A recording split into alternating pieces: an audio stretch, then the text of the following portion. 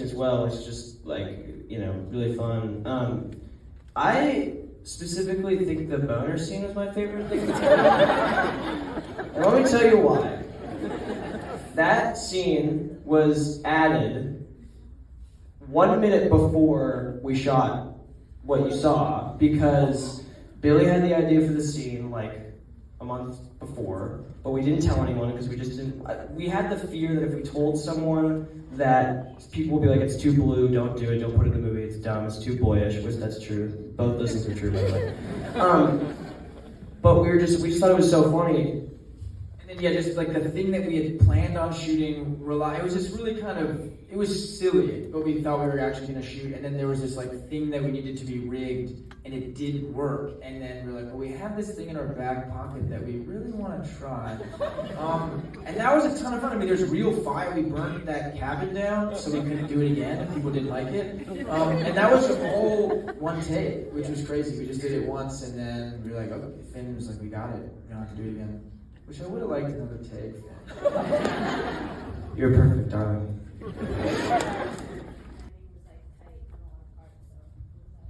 What was the editing process like? Yeah, we had a really long editing process. We had an awesome editing process that was like in Toronto and LA, and because of the nature of people's schedules, we got to work with several incredible editors, and it kind of felt like the film, we like found it two or three different times by working with different people. But we'd edit it and then screen it, and then people would go, don't do that, don't put that in there. And then we'd change it and we'd screen it again, and it was a ton of fun to kind of relive the whole thing. And I always have fun. I feel like we probably could have done it faster, but we joked around a lot in the editing room. Yeah. We're in a place, we're at Aggregate's office, and there were beanbags there, and there was don't put beanbags in your office, because I'm just gonna slack off sometimes. So I feel like I'm in my bedroom. But yeah, it was a long process. How does it feel to be a part of Canadian history of horror? Oh, thank you so much. That's very sweet of you. Good. Thank you. Yeah, it feels great. Canada's a really scary place. Like, really scary place. Everybody knows that. People are scary, they're mean, you can't trust them. You never know what a Canadian's thinking. They're actually not Canadian, yeah. They're honorary Canadians. Abby, actually, Fred, you're so American. I've been trying so hard to be Canadian, and they won't let me join. Every day I try. That's the problem, you can't try. It's not a thing that you're trying too hard, it's a very American thing. You have to just be it. You just have to just let it wash over you. Questions about the release plan of the film, if you can speak to that. Oh, thank you. Yeah, I mean, we have no idea. Really, we have no idea. But thank you so much. I mean, I think horror comedy is such a fun genre as well, and we'd love to release it in the summer, I guess. Yeah, if anyone wants to give us money to put this out, we're down. What was the challenge going from acting to directing a feature for the first time? I think a big challenge was just getting used to the fact that, like, being an actor, you're kind of,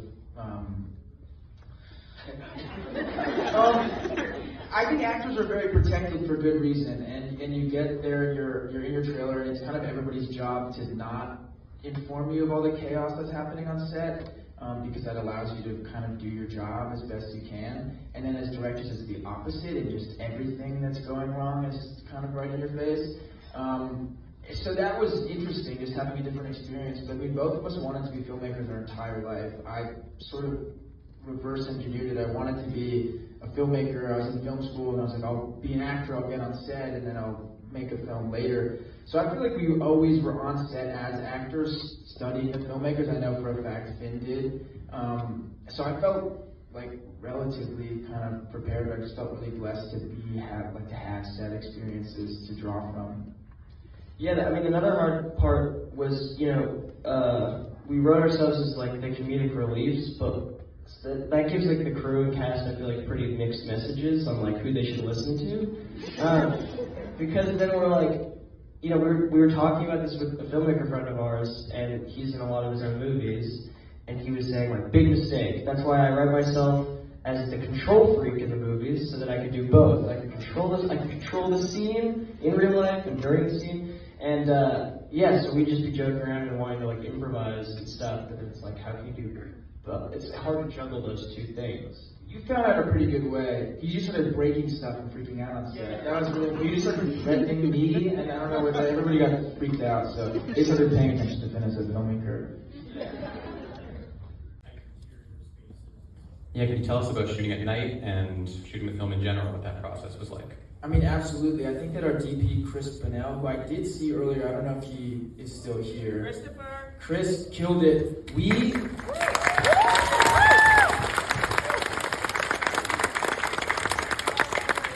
were shooting in wide open fields, and we had very little light to light the scenes, and we felt that he did such a great job giving us just enough light exactly where we needed it to really make it work. I mean, we referenced a lot of films like slashers from the 80s and late 70s that also had this same kind of issue. So it's like, how do you make something really dark and feel like real nighttime while also illuminating enough to track? And that was something we talked about a lot, and I'm so grateful that we had Chris, because I feel like he really pulled it off. Please give it up for Abby Quinn, Brett Heckinger, Billy Brick. The rock kill specifically, I remember we screened and it was like 3 times as long and like just disgusting, like really gross. And like we screened it for friends and it was like, okay, what did everyone think? And like one of my friends raised their hand and like, that was really upsetting. And like it's really hard to come back and be funny after that. And we were like, oh, okay, so yeah, then we ended up kind of scaling that one back. Yeah. Do you have any advice for aspiring filmmakers working on a low budget? Oh yeah, have a friend who's a global celebrity. Get them to want to work with you. And I did that very quickly. I'm very impressed with myself. No, we were prepared to make this movie for nothing, but